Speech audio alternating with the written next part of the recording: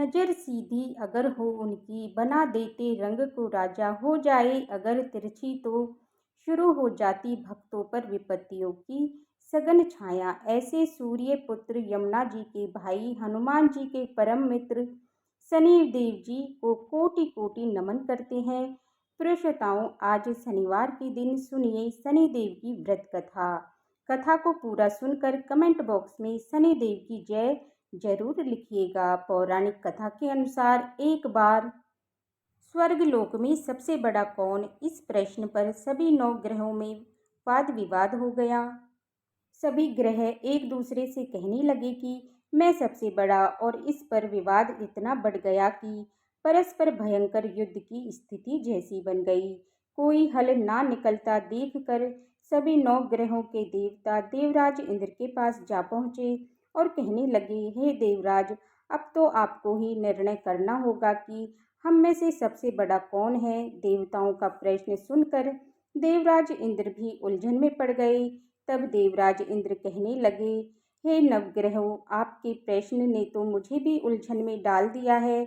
मैं इस प्रश्न का उत्तर देने में असमर्थ हूँ। हम सभी पृथ्वी लोक में उज्जैनी नगरी में राजा विक्रमादित्य के पास चलते हैं। इस प्रकार देवराज सहित सभी 9 ग्रहों के देवता उज्जैनी नगरी में जा पहुँचे। महल में पहुंचकर सब देवताओं ने उनसे अपना प्रश्न पूछा। तब राजा विक्रमादित्य भी कुछ देर के लिए परेशान हो उठे, जो कि सभी देवतागण अपनी अपनी शक्तियों के कारण महान थे। सभी 9 ग्रहों में से किसी भी एक को छोटा या बड़ा कह देने से उनके क्रोध का शिकार बनना पड़ सकता था। अचानक राजा विक्रमादित्य को एक उपाय सूझा, क्योंकि राजा विक्रमादित्य को न्याय के लिए जाना जाता था। इसीलिए उन्होंने न्याय करने के लिए विभिन्न धातुओं अर्थात स्वर्ण, रजत, कांसा, ताम्र, ईशा, ग्रांघा, जस्ता, अभ्रक और लोहे के 9 आसन बनवाए। धातुओं के गुणों के अनुसार सभी आसनों को एक दूसरे के पीछे रखवाकर उन्होंने सभी देवतागणों को अपने अपने सिंहासन पर बैठने के लिए कहा। देवताओं के बैठने के बाद राजा विक्रमादित्य ने कहा, आपका निर्णय तो क्षम हो गया। जो सबसे पहले सिंहासन पर विराजमान है वही सबसे बड़ा है। राजा विक्रमादित्य के निर्णय को सुनकर शनि देवता ने सबसे पीछे आसन पर बैठने के कारण अपने आप को छोटा जानकर क्रोधित होकर कहा, हे राजा विक्रमादित्य, तुमने मुझे सबसे पीछे बिठाकर मेरा अपमान किया। तुम मेरी शक्तियों से परिचित नहीं हो, मैं तुम्हारा सर्वनाश कर दूंगा। तब शनि देव ने कहा, सूर्य एक राशि पर 1 महीने, चंद्रमा 2.25 दिन और मंगल 1.5 महीने, बुध और शुक्र 1 महीने, बृहस्पति 13 महीने रहते हैं। लेकिन मैं किसी राशि पर 7.5 वर्ष अर्थात 7.5 जिसे कहते हैं तब तक रहता हूँ। बड़े बड़े देवताओं को मैंने अपने प्रकोप से क्रोधित किया है। यहाँ तक कि श्री राम को भी 7.5 के कारण वन में जाकर रहना पड़ा था। रावण को 7.5 के कारण ही मृत्यु का शिकार बनना पड़ा था। राजा, अब तू भी मेरे प्रकोप से नहीं बच सकेगा। इसके बाद अन्य ग्रहों के देवता तो वहां से बड़ी प्रसन्नता के साथ चले गए, परंतु शनिदेव बड़े क्रोध के साथ से विदा हुए। राजा विक्रमादित्य पहले की तरह ही न्याय करते रहे। उनके राज्य में सभी स्त्री पुरुष बड़े आनंद से अपना जीवन व्यापन कर रहे थे। इस प्रकार कुछ दिन ऐसे ही सुकून से बीत गए। लेकिन उधर शनि देवता अभी तक अपने अपमान को नहीं भूल पाए थे। राजा विक्रमादित्य से बदला लेने के लिए एक दिन शनि देव ने घोड़े के व्यापारी का रूप धारण किया और बहुत से घोड़ों के साथ उज्जैनी नगरी में जा पहुंचे। राजा विक्रमादित्य ने अपने राज्य में किसी घोड़े के व्यापारी के आने का समाचार सुना तो उन्होंने भी अपने अश्वपाल को कुछ घोड़े खरीदने के लिए भेज दिया, क्योंकि राजा को घोड़े पालने का भी शौक था। अब घोड़े तो बहुत कीमती थे। अश्वपाल ने जब वापस लौटकर इस बारे में जब राजा विक्रमादित्य को बताया तो राजा स्वयं आकर एक सुंदर और शक्तिशाली घोड़े को पसंद कर लिया। घोड़े की चाल देखने के कारण राजा उस घोड़े पर सवार हुए तो वो घोड़ा तो बिजली की गति से दौड़ पड़ा। तेजी से दौड़ता हुआ घोड़ा राजा को दूर एक जंगल में ले गया और फिर वहां राजा को गिराकर जंगल में कहीं गायब हो गया। अब राजा अपने नगर को लौटने के लिए जंगल में ही भटकने लगा, लेकिन उन्हें लौटने का कोई रास्ता ही नहीं मिला। भटकते भटकते जंगल में राजा को इस प्रकार जोर से भूख प्यास लगने लगी।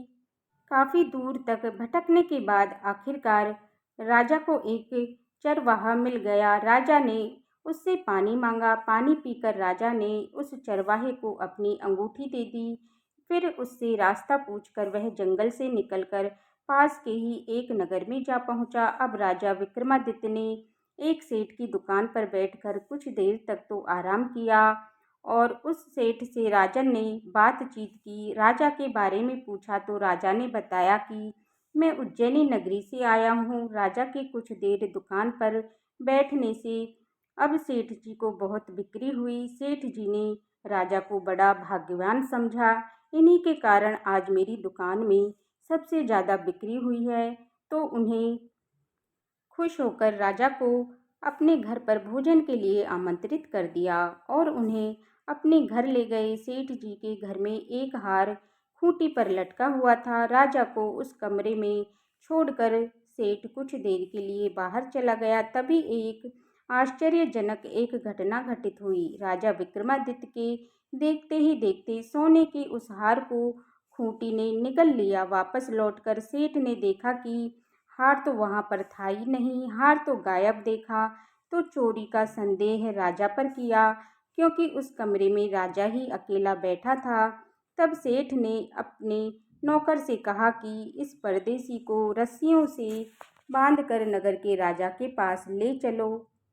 इस तरह से राजा को बांधकर नगर के राजा के पास ले जाया गया। राजा ने जब राजा विक्रमादित्य से जब हार के बारे में पूछा तो उन्होंने बताया कि उनके देखते ही देखते खूंटी ने तो हार को निगल लिया था। इस पर राजा ने क्रोधित होकर चोरी करने के अपराध में राजा विक्रमादित्य के हाथ पांव काटने का आदेश दे डाला। किसी ने भी राजा की बात का विश्वास नहीं किया। इस प्रकार से राजा विक्रमादित्य के हाथ पांव काटकर उन्हें नगर की सड़क पर छोड़ दिया गया। कुछ दिनों के बाद एक तेली उन्हें उठाकर अपने घर ले गया और उन्हें अपने कोलू पर बैठा दिया गया। अब राजा आवाज देकर बैलों को हाँकता रहता। इस तरह तेली का बैल चलता रहा। अब राजा को भोजन भी मिलता रहा। शनि के प्रकोप की 7.5 पूरी होने पर वर्षा ऋतु प्रारंभ हुई। अब राजा विक्रमादित्य एक रात को मेघ मल्हार गा रहे थे कि तभी नगर के राजा की लड़की राजकुमारी मोहिनी रथ पर सवार होकर उस तेली के घर के पास से गुजरी। तब उसने मेघ मल्हार सुना तो उसे बड़ा अच्छा लगा। दासी को भेजकर गाने वाले को बुला लाने को कहा। अब दासी ने लौटकर राजकुमारी ने अपंग राजा के बारे में सब कुछ बता दिया। राजकुमारी उसके मेघ मल्हार में बहुत मोहित हुई, अतः उसने सब कुछ जानकर भी अपंग राजा से विवाह करने का निश्चय कर लिया। राजकुमारी अपने माता पिता से जब ये बात कही कि वो एक अपंग से विवाह करना चाहती है तो वे हैरान रह गए। रानी ने मोहिनी को समझाया कि बेटी, तेरे भाग्य में तो किसी राजा की रानी होना लिखा है, फिर तू उस अपंग से विवाह करके अपने पांव पर कुल्हाड़ी क्यों मार रही है। लेकिन राजकुमारी ने अपनी जिद नहीं छोड़ी। अपनी जिद पूरी कराने के लिए उसने भोजन करना छोड़ दिया और अपने प्राण त्याग देने का निश्चय कर लिया। आखिरकार राजा और रानी को विवश होकर अपंग राजा विक्रमादित्य से अपनी राजकुमारी का विवाह ही करना पड़ा। विवाह के बाद राजा विक्रमादित्य और राजकुमारी उसी तेली के घर में रहने लगे। उसी रात स्वप्न में शनिदेव ने राजा से कहा, हे राजा, तुमने मेरा प्रकोप देख लिया। मैंने तुम्हें अपने अपमान का दंड दे दिया है। इस प्रकार राजा ने शनिदेव से क्षमा करने को कहा और प्रार्थना करते हुए कहने लगे, हे शनिदेव, आपने जितना दुख मुझे दिया है किसी और को कभी मत देना। तब शनिदेव ने कुछ सोचकर कहा, हे राजा, मैं तुम्हारी प्रार्थना स्वीकार करता हूँ। जो कोई स्त्री पुरुष मेरी पूजा करेगा, शनिवार को व्रत करके मेरी व्रत कथा सुनेगा, उस पर मेरा आशीर्वाद सदा बना रहेगा। इस प्रकार प्रातःकाल जब राजा विक्रमादित्य की नींद खुली तो उसने अपने हाथ पांव सही सलामत देखे। ये देखकर राजा को बड़ी खुशी हुई।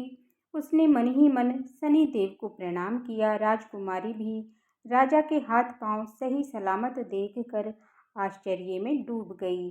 तब राजा विक्रमादित्य ने अपना असली परिचय देते हुए शनिदेव के प्रकोप की सारी कहानी रानी को कह सुनाई। सेठ को जब इस बात का पता चला तो वह दौड़ा दौड़ा तेली के घर पहुंच गया। राजा के चरणों में गिरकर क्षमा मांगने लगा। राजा ने उसे क्षमा कर दिया, क्योंकि ये सब तो शनिदेव के प्रकोप के कारण हुआ था। सेठ राजा को अपने घर ले गया और उन्होंने भोजन कराया। भोजन कराते समय वहाँ पर एक घटना घटित। सबके देखते देखते उस खूंटी ने हार को उगल दिया। ये देखकर सेठ बड़ा प्रसन्न हुआ और सेठ जी ने अपनी बेटी का विवाह भी राजा के साथ कर दिया। बहुत सारे स्वर्ण आभूषण और धन आदि देकर राजा को अपनी बेटी के साथ विदा कर दिया। अब राजा विक्रमादित्य राजकुमारी मोहिनी और सेठ की बेटी के साथ उज्जैनी नगरी में पहुंचे तो नगर के वासियों ने बड़ी खुशी से उनका स्वागत किया। अगले दिन राजा विक्रमादित्य ने पूरे राज्य में घोषणा करा दी कि शनिदेव सभी देवों में सर्वश्रेष्ठ हैं, इसीलिए हर स्त्री और पुरुष शनिवार को उनका व्रत करे और व्रत कथा अवश्य सुने। राजा विक्रमादित्य की घोषणा से शनिदेव अति प्रसन्न हुए। शनिवार को व्रत करने और व्रत कथा सुनने के कारण सभी लोगों की मनोकामनाएं शनिदेव की कृपा से पूरी होने लगी। सभी लोग बड़े आनंद पूर्वक रहने लगे। बोलिए शनि देवता की जय। अब सुनिए श्री शनि चालीसा पाठ। जय गणेश गिरजा सुमन मंगल करण कृपाल, दीनन के दुख दूर करी कीजो नाथ निहाल। जय जय जय शनिदेव प्रभु सुनहु विनय महाराज, करूँ कृपा हे रवि तने राखूँ जन की लाज। जयति जयति शनिदेव दयाला, करते सदा भगत प्रतिपाला। चार भुजा तनु श्याम विराजे, माथे रतन मुकुट छवि साजे। परम विशाल मनोहर भाला, टेढ़ी दृष्टि भ्रकुटि विकराला। कुंडल श्रवण चमा चम चमके, ये माल मुक्तन मणि दमके। कर गदा त्रिशूल कुठारा, पल विच करे अरहु संहारा। पिंगल कृष्ण ने छाया अभिनंदन, यम को दस्ते रुद्र दुख भंजन। सौरि मंद शनि दस नामा, भानु ही पुत्र पूजे सब कामा। जा पर प्रभु प्रसन्न हो जाई, रंकुराग करे क्षण माही। पर्वत हूँ तड़ होई निहारत, तृढ़ कुपर्वत कर डारत। राजत मिलवन राम ही दीनो, के कई कीमती हरणी ढो।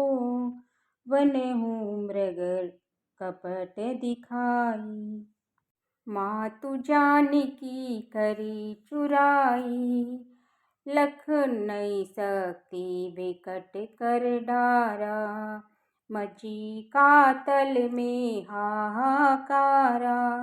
रावण की गति मति पौराई, रामचंद्र सो बैर बढ़ाई।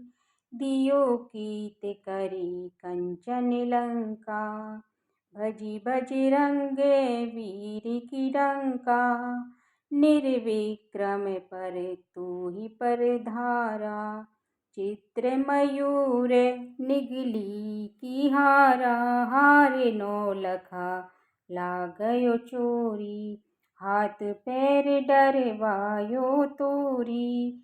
भारी दशा निकृष्ट दिखायो, तेलहि पर कोलू चढ़वायो, विनय राग कर दीपक महकीनो।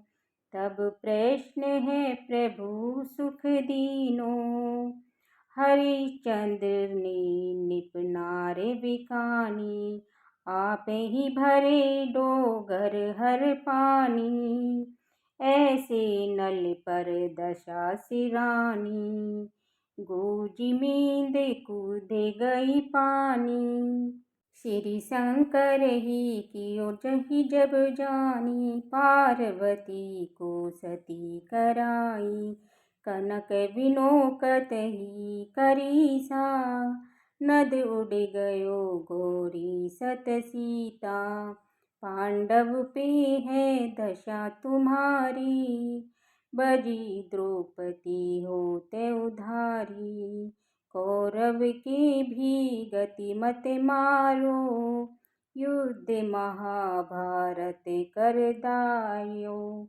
रवि के है मुख पे हरि तत्काला, लेकर कूदी परियो पाताला। शेष देव लखी विनती लाई, रवि को मुख दे दियो छुड़वाही। वाहन प्रभु के साथ सुजाना, जंग दिग्वजे गर्दभ मृग साना। जयमुख के से अधिनघधारी, जो फल कहत ज्योतिष है पुकारी। गजवाहन लक्ष्मी ग्रह आवे, हयते सुख संपत्ति उपजावे। कर धब हानि कर बहु काजा, सह सिद्ध कर है साज समाजा। जमुख बुद्धि है नष्ट कर डारे, मृग दे कष्ट प्राण संहारे। जब आवै प्रभु साँझ सवारी, चोरी आदि हुई डर भारी। तय सही चार चरण हुई नामा, स्वर्ण लोह चांदी और तामा। लोह चरण पर जब प्रभु आवे, धन जन संपत्ति नष्ट करावे। समता ताम्र रजत शुभकारी, स्वर्ण सर्व सुख है मंगल भारी। जो यह शनि चरित्र नित गावे, कबहु ना दशा निकृष्ट सतावे। अद्भुत नाथ दिखावे लीला, करि शत्रु के नस बल ढीला। जो पंडिति सुयोग बुलवाई, विधिवत है शनि शांत कराई। पीपल जन शनि दिवस चढ़ावत, दीप दान दे बहु सुख पावत। कहते राम सुंदर प्रभु दासा, शनि सुमरत सब होते प्रकाशा। पाठ शनिचर देव को की हो, भक्त तैयार करत पाठ। 40 दिन होए भव सागर पार।